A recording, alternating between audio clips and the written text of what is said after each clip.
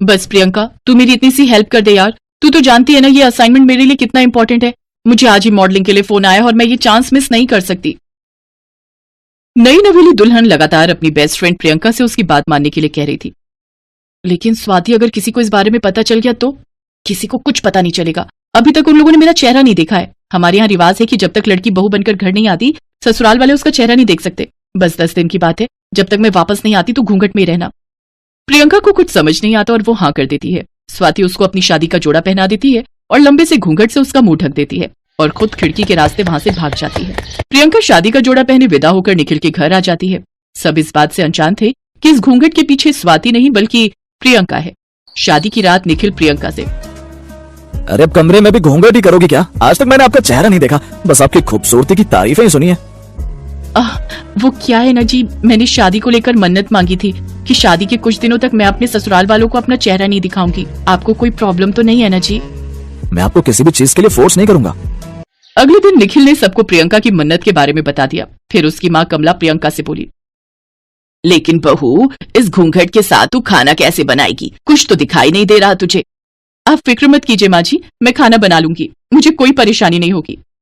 अच्छा ठीक है, जैसा ठीक लगे वो कर, लेकिन मैं पहले ही कह देती हूँ, खाने के स्वाद में कोई कमी नहीं होनी चाहिए, समझी? प्रियंका को सचमुच घूंघट में खाना बनाने में प्रॉब्लम हो रही थी। वो घूंघट के साथ मसाले ढूंढ रही थी कि तभी निखिल रसोई में आ जाता है।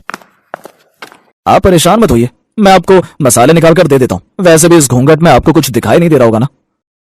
आप क्यों तकलीफ करते हैं? इसमें तकलीफ कैसी? हम दोनों पति पत्नी हैं, एक दूसरे की मदद करना हमारा फर्ज है। निखिल ने प्रियंका की बहुत मदद की। उसके हाथ का खाना सबको बहुत पसंद आया।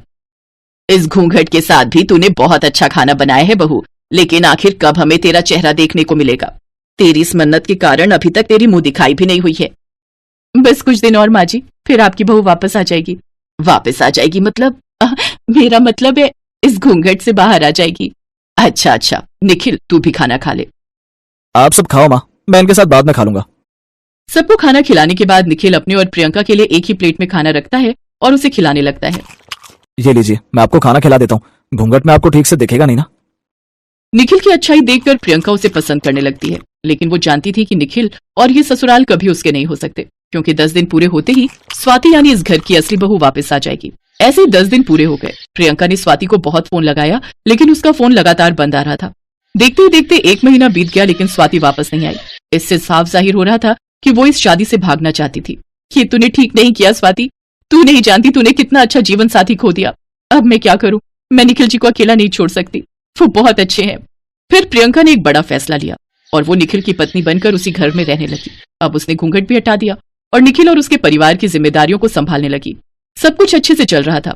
देखते ही देखते 2 साल बीत गए, लेकिन एक रोज उनके दरवाजे की घंटी बजी। उसने जब दरवाजा खोला तो सामने स्वाति खड़ी थी।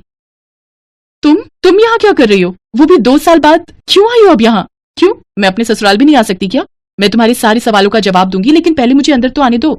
प्रियंका उसे अंदर ले जाती है। अब बताओ, 2 साल बाद क्यों आई हो तुम यहाँ? जब मैंने तुम्हें इतने फोन किए तब तो तुमने कोई जवाब नहीं दिया, तो फिर अब क्या लेने आई हो यहाँ? सच तो यह है कि मैं हमेशा से इस शादी से भागना चाहती थी, इसीलिए विदाई के वक्त मैंने तुम्हें दुल्हन बनाकर भेज दिया और खुद भाग गई, और मैंने तुम्हें फंसा दिया। मुझे तो लगा था तुम 10 दिन के बाद सबको सच्चाई बताकर चली जाओगी, लेकिन लगता है पैसों के लालच ने तुम्हें रोक लिया। वैसे मुझे उस निखिल और इस ससुराल में कोई दिलचस्पी नहीं, मुझे तो बस 20 लाख चाहिए, फिर मैं यहाँ से चली जाऊंगी। लेकिन इतने पैसे मैं कहाँ से लाऊंगी?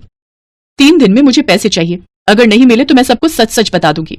स्वाति प्रियंका की सहेली बनकर उसी घर में रहती है। 3 दिन बीत जाते हैं और आज प्रियंका बहुत डरी हुई थी। तभी उसे अपनी सास की आवाज आती है। हे राम, मेरी तिजोरी से 20 लाख रुपए गायब हैं। निखिल बेटा, तू अभी जाकर सबके कमरे की तलाशी ले। निखिल सबके कमरे की तलाशी लेता है तो उसे स्वाति के बेड के नीचे 20 लाख रुपए मिलते हैं। हे राम, बहू की सहेली चोर निकली। निखिल बेटा, अभी पुलिस को बुला ले। मैंने कोई पैसे नहीं लिए, मैं तो इस घर की असली बहू, फिर मुझे चोरी करने की क्या जरूरत? क्या मतलब? मतलब मैं बताती हूँ। शादी होने के बाद ही स्वाति तुम्हें छोड़कर चली गई और उसने अपनी सहेली प्रियंका को इमोशनली ब्लैकमेल करके यहाँ भेज दिया और आज पैसों के लिए यहाँ वापस आ गई। लेकिन सच कहूँ तो ये बात मैं पहले से ही जानती थी। उस रात मैंने तुम दोनों की सारी बातें सुन ली थी और आज मैं खुश हूँ कि तुझ जैसी लड़की मेरी बहू बनकर घर नहीं आई। हमारे लिए तो प्रियंका ही हमारे घर की बहू है। अब जाती है या बुलाऊं पुलिस को? नहीं नहीं, मैं जाती हूँ और कभी लौट कर यहाँ नहीं आऊंगी, लेकिन आप प्लीज पुलिस को मत बुलाइए। स्वाति वहां से हमेशा हमेशा के लिए चली जाती है। कमला और निखिल प्रियंका के साथ खुशी खुशी रहने लगते हैं।